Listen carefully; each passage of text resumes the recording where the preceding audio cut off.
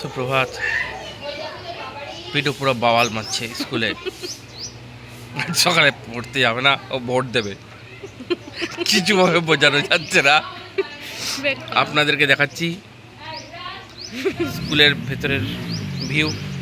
দুয়ারেই দাঁড়িয়ে আছে, কিছুতেই যাবে না স্কুলের ভেতরে।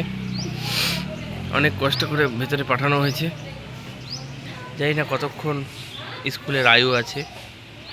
যা মারধর করছে ভেতরে, মনে হয় স্কুল ভেঙে যেতে পারে। আমাকে মনে হয় পুরো খরচা দিতে হবে।